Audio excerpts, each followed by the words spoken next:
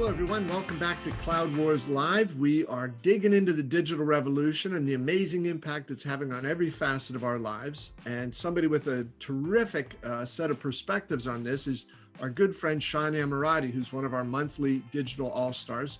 Sean is a professor in the business school at Carnegie Mellon. He's a venture capitalist. He's a triathlete. Let's see what else. He's an author. He's a podcaster and a serial entrepreneur. Sean, welcome back to Cloud Wars Live. Thanks, Bob. It's great to be here. It's always fun to catch up. Yeah, Sean, so you get to see the world through, some different lenses in this sort of way. And I thought you have, a pretty interesting premise for today about the whole notion of industry clouds, the big things that are going on there, and how those could change in some pretty profound ways over the next couple of years. Yeah. So, I think it's an important step that you've taken to sort of break apart these industry verticals and talk about revenue, growth rate, commitment, right? It's not just any one of those things, but in general, what are the companies that are really leading this industry by industry transformation? And when I looked over the list, it was great because it was kind of one of these things where I think things that a lot of us had intuited for a long time, but it's nice to have sort of a list to reflect on with, with the exception of Amazon, with some numbers that you can look at and sort of compare and contrast. So I think all of that is really helpful. That's really interesting. I think it starts to really help us think about what's going on there. But as I was looking through the list, I thought, like, if you fast forward 2 years from now and, you're creating your industry cloud top 10 list 2 summers from now, one of the things I think that's going to be interesting is there may be names on that list that we don't think of as tech companies today. Everybody on your list today thinks that we would think of as a tech company and mostly an enterprise tech company. I mean, certainly in some cases like Google and Microsoft, they have consumer tech offerings as well, right? Amazon with but the point is, like, in general, we think of those as technology companies, right? And until Amazon's broken up, you've still got this Walmart attached to AWS that's going on there. But leaving all of that aside, we're just going to continue to say Amazon's going to get broken, split apart until at some point I will be right about this. Hard to know when, but at some point I will be right about this. But anyways, predictions over here, dates over here. Don't put them together. Do not look at both of those together. But and man, we are going to take a victory lap when that happens. But the point is, like, when you look at those lists, and you say, okay, these are technology companies, right? These are technology companies that have figured out how to partner and work with industry to do it. Now, I think if you fast forward 2 years from now, what may be very interesting is there may be companies that we think of as, oh, those are industrial companies, or, kind of conglomerates in different ways that have come out with tech solutions across that. My favorite example that we've talked about before is Optum, which is part of United Healthcare Group, right? United Healthcare Group is one of the 10 largest companies in the US today by revenue and by kind of all accounts. But within that multi-$100 billion healthcare company, there's this $100 billion software business inside of it called Optum. Now, $100 billion, if you go back to your Cloud Wars rankings, like that's a meaningful, that would meaningfully stack them at least along the revenue perspective relative to their peers. It's not the same thing because they're all in healthcare, but there are examples of companies that could run that same playbook, but run it across a number of different verticals that I think may end up on these lists in a couple of years. And I think that's interesting just from a list perspective, but it also talks a little bit about how this industrial digital transformation is going to happen industry by industry. And so it was just kind of a fun thought exercise I ended up going on as I was kind of going through your report that came out, I think, since the last time you and I had spoken. Yeah, Sean, it's a wonderful idea. And I think that, right, like in the original list, the Cloud Wars top 10, I keep a close eye on it. I'm wide open to moving the pieces around in there in the rankings, but those companies are pretty big, pretty well established in what they're doing for as fast as they're changing and moving, but the relative positions haven't changed much. I agree with you. I think the industry cloud top 10 has a great deal of potential for a lot of flux companies moving in and out and new ones coming in. And Sean, part of the premise, I think, and I'm going to offer a little bit of a generalization here, but from several years ago when Mark Andreessen said software is eating the world, and then you'd hear companies say every company's a digital company. Well, more and more you're hearing like every company's a software company. Yep. And Satya Nadella at his keynote at the Build conference Microsoft had several weeks ago, he said in the last 2 years, non-technology companies have hired a significantly larger number of developers than technology companies have. And he said this has never happened before. And he said the data indicate an unmistakable trend that now that gap will widen, that every year non-tech companies will hire more software developers than the tech companies. So if you accept the premise that every company is a software company, what then do the software companies do when everybody else is a software company, right? So this is going to be a fascinating play that's going to unfold itself here, Sean. I'm really glad you brought this up. Yeah, and and it's gonna. I think what you're gonna see those companies start to do as well is start to add some of the other technology roles that complement those software, computer science, information systems type undergrad and graduate students that they're recruiting today, right? So I definitely see that at Carnegie Mellon, right? We see more and more of these large, I don't mean this in a pejorative sense, but what you would kind of historically call legacy businesses coming in and competing aggressively for top talent. That is absolutely true. I think what will be very interesting along the trend that Satya talked about at the Build conference is I suspect over the next 12 to 18 months, you're going to also see them come in and get very aggressive at hiring for positions like product management type roles. We have a program at CMU called the Masters of Science in Product Management, which is, I believe, the first master's level joint CS and business degree to help students prepare to be a product manager. So it's kind of an MBA hybrid type program specifically for creating product managers. I think a lot of other schools will create programs like that. We certainly will not corner that market for the long term as one university. But what you're going to see, I think, is in the same way that a Ford or a GM or a General Electric comes in and hires a bunch of these engineers, they're going to hire people who have these kind of roles that you didn't see in industrial companies, but you have seen in technology companies. These sort of product manager, product owners that are this bridge between customers and delivery, and thinking about how you take a product oriented approach to that. And it's all part of sort of upskilling and rescaling the kind of talent that you're trying to drive against this transformation that they're going through. And I think it's going to be really fun to watch. And if you're going to bet on somebody who would sort of buck that trend and keep it primarily tech companies, it would be Microsoft, right? Because they've done such a nice job coming alongside these legacy businesses and saying, "Oh, Kroger, don't build, you know, the Kroger grocery app. Build it in collaboration with Microsoft, and we'll make the business model transform to work for you as well." So that there are things that I think are counter wins there as well. But what's going to be really interesting is some of these places. I think the only way you scale that up and the only way you really have that impact is if these companies, you know, live on the same margins and the same growth rates and the same scalability that software like revenue can deliver. And the first step is certainly building the product, but then you've got all the kind of product management and go to market skills that I think you're going to see these companies need to add as well.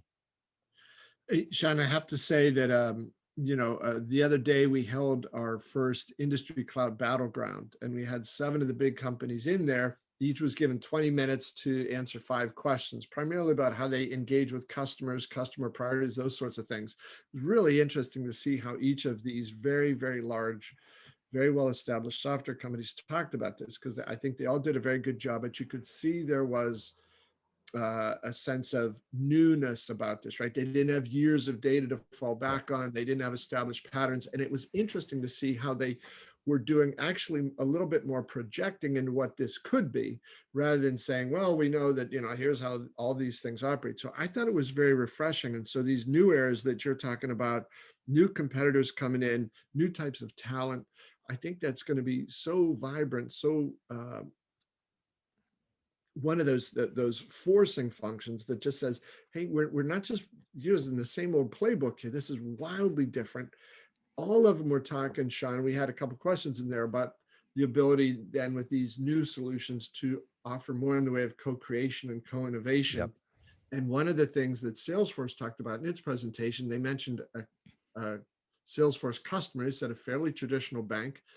They used some of Salesforce's tools. That bank then, in concert with Salesforce, created a new application that they wanted to sell to other banks. It generated such demand that they spun a company out of the bank called Encino that is Yeah.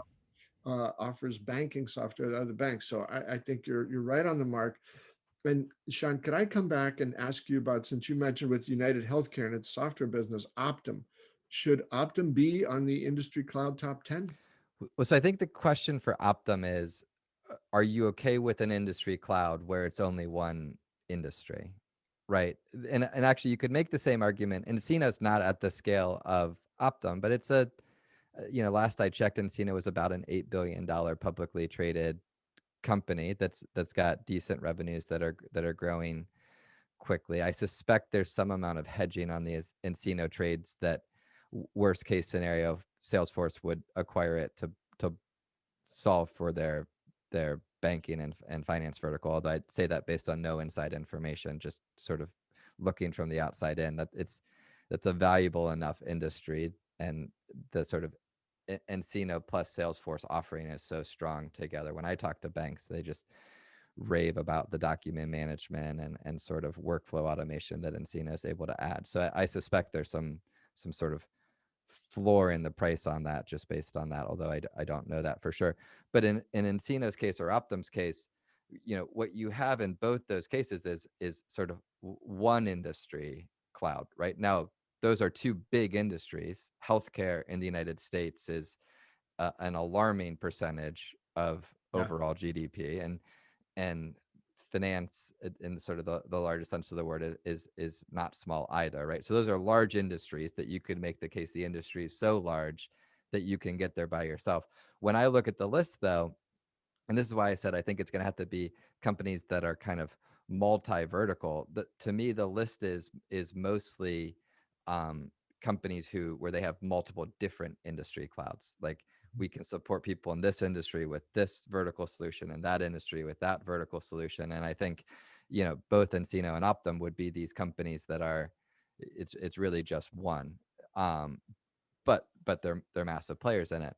I think when you think about companies who might replicate that playbook, the but do it in a you know across a number of different verticals, there's a lot of candidates who aren't quite as developed as Optum and Encino are today, but could run the same thing.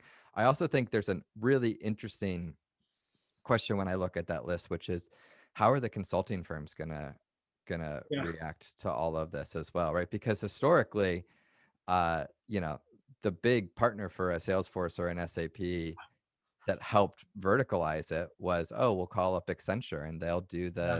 they'll do, and so there's the enemy of my enemy is my friend, but the other part of that is true as well, right? It'll be very interesting to see if some of those guys, through you know productizing some of the services they're offering, are able to create more standalone vertical clouds in an Optum or an Encino way. There's a lot of moving pieces on the chessboard right now.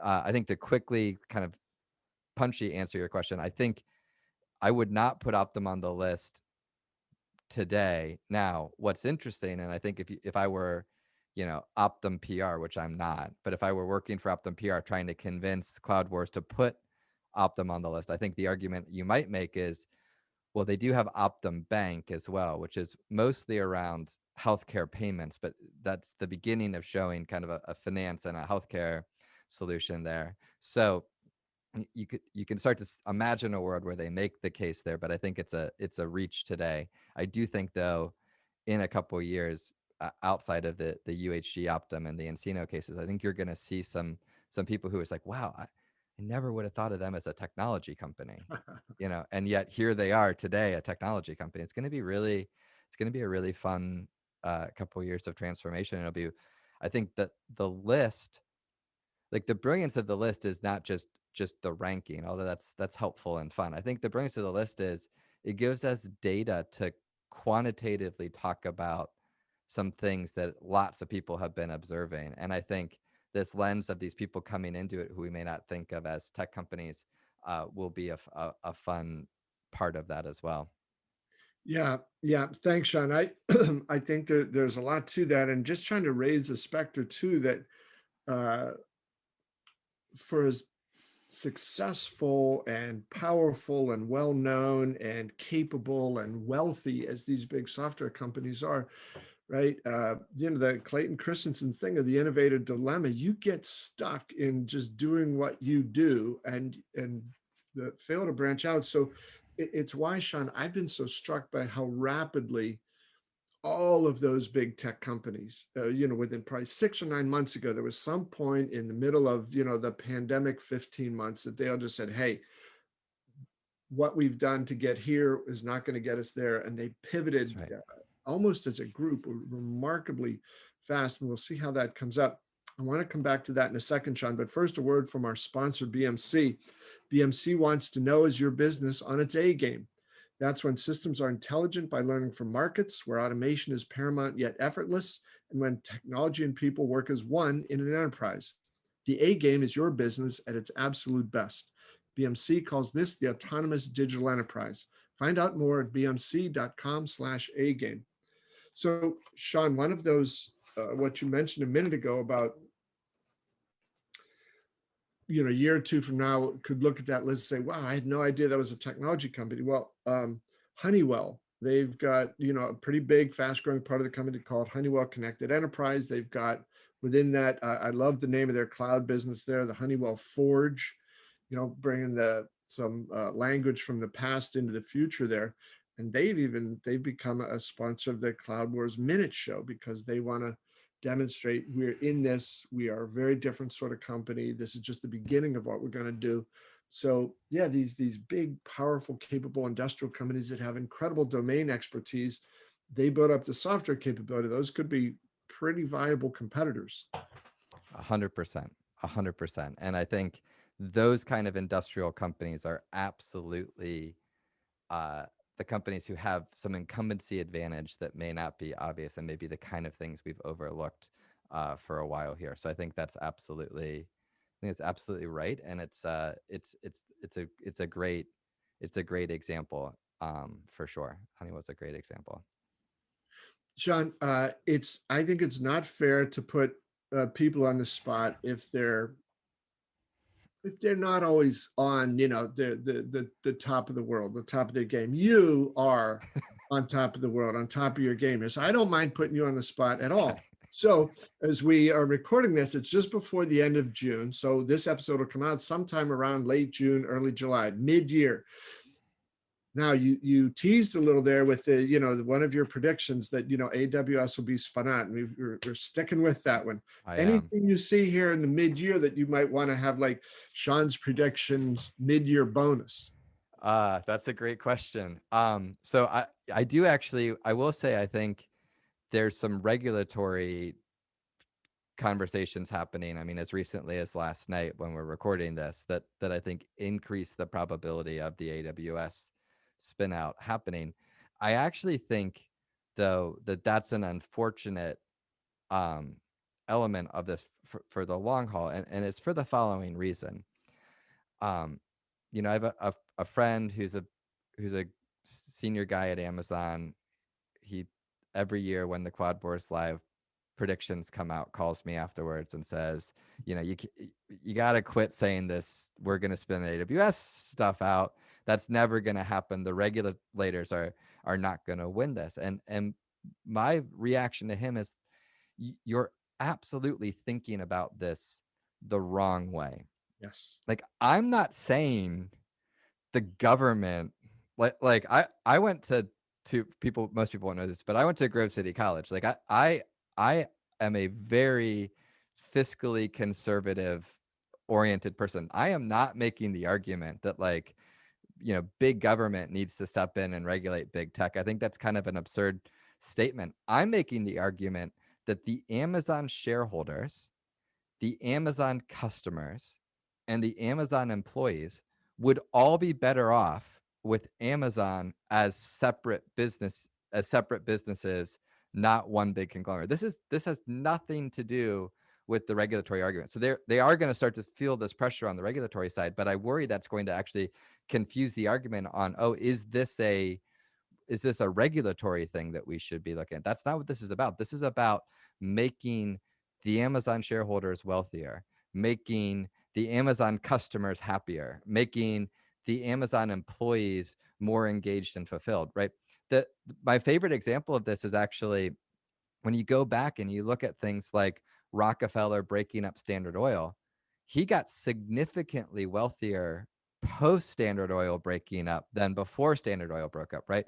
And Jeff and company at Amazon, like, I think they're all wealthier 3 years after the breakup than the incredible ride they've had the last 3 years. So I feel good about that prediction, but I think the point is not because of what might be happening in Washington, but because of what's happening in conference rooms across the country, where companies are really needing to ask themselves, do I want to fund my largest competitor? It's a legitimate business strategy question that really shows in my mind that the parts are more valuable than the sum there. So would stick with that prediction, um, for sure.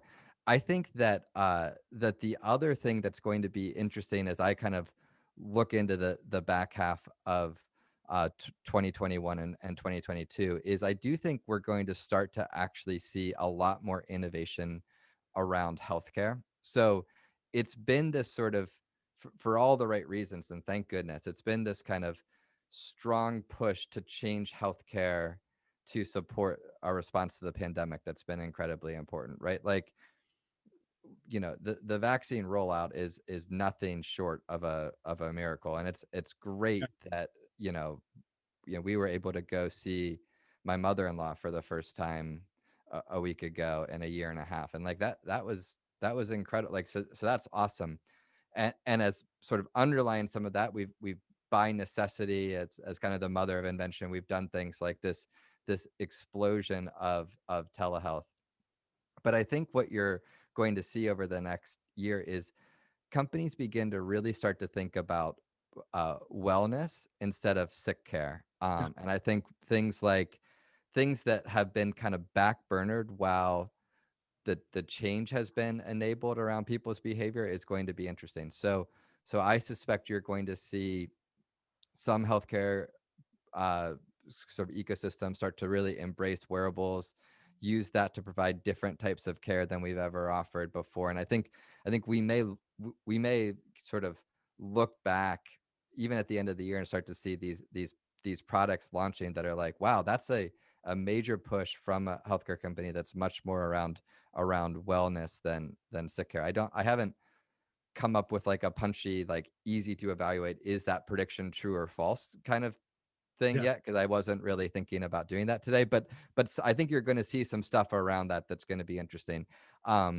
Sleep is, I think, going to be as important and as much in the conversation 6 months from now as gym, fitness, and diet was over the last 10 years. And what are people doing to optimize their sleep? So you're just going to see, I think, a lot of fun activity there.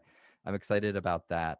Um, I think, and I might get in a little bit of trouble. Oh, go With ahead. Yeah, thanks. It's me getting in trouble, but I'll just tell him. Bob said it was fine. I you know I think our MBA programs are in for uh, some surprises heading into the fall. So I'm really excited. CMU is going to be we're going to be much more to a back on campus type experience that this fall. And I think that's great. And I think for our undergraduates and for certain graduate programs, the on campus, out of the classroom experience is a large part of what you get for when you go to college. I know for me, when I was there were things that didn't happen in the classroom that were a huge part of growing up from 18 to 21, 22.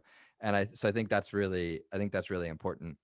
And there are certain graduate programs that I think are similar. But I think for our MBA programs, I think what a lot of MBA candidates have realized over the last year is, what, uh, I can learn a lot in this sort of hybrid world.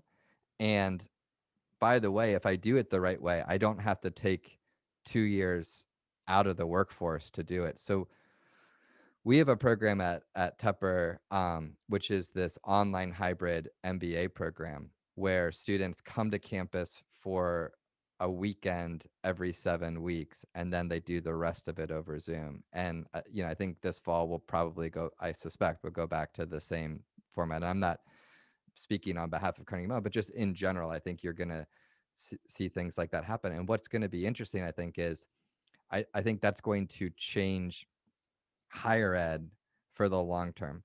And I think what's happened is we've talked a lot over the last year, not just you and I, but lots of pundits have talked over the last year about education, but we tend to talk about it with this, one paintbrush that everybody uses, right? And the challenge with that is it's not the same thing. So as soon as it was safe for my 9 and 10-year-old to get back into a classroom, we got them back into a classroom, because it turns out 3rd and 4th grade are really lousy over Zoom. Like they're just, even if you don't have 3rd and 4th graders, as lousy as you think 3rd and 4th grade Zoom is, it's lousier than you think it is. It is just not a good thing. Yeah. And high school similar, like, so we tend to say, oh, like, man, online education is terrible. No, online elementary education is terrible. Online high school is terrible. For certain people who can afford the college experience that I had, online college is not as great as being on campus. Now, there's a lot of people who couldn't afford that type of 4-year college experience that online might be more compelling, but that's sort of a separate thing. But when you get to the graduate programs, I think a lot. I mean, this is just me speaking as me, and the dean can send me an email about this later. But this is just me speaking as me. I think when you get to the master's level programs, it wasn't that terrible overall. And I think what we'll see is continuing to iterate. Now, we probably want some in-person experience, which we weren't able to do, but this blended in-person online, I think is absolutely what you're going to see more and more of these MBA programs do. And I think you'll see, again, just me speaking as me, I think you'll see, the majority of MBA programs in the next couple of years shift towards this more hybrid model. And there's a lot of buildings that have been built based on a different business model there. And so it's going to be interesting to see what that does to higher ed here. Well, Sean, great. Good on the spot, predictions, mid-year predictions. And, why the heck shouldn't university master's programs change, right? Everything else in the world is. So I think that's good. Thanks for plugging that in there. And of all of our conversations about Amazon, I have never, ever, ever heard you mention any sort of government being behind, your thinking on this. It's opportunity, it's growth, innovation, and, rewards for people, all of which are quite good. So Sean, thanks for kicking open some really good ideas here about, what's going on in industry cloud, how fast this is all changing, plus the on-the-spot thing. You do really well in the on-the-spot stuff. So without giving you any notice, I think each session we do going forward, it will put you on the spot on something, okay? Perfect. But don't try to get Perfect. That sounds great, Bob. We're looking forward to it. Sean, thanks a million. And folks, thanks to all of you for being with us here at Cloud Wars Live. Hope your summer's off to a great start. And we will come back next time and we'll see what else we could make Sean squirm about a little bit. See you next time.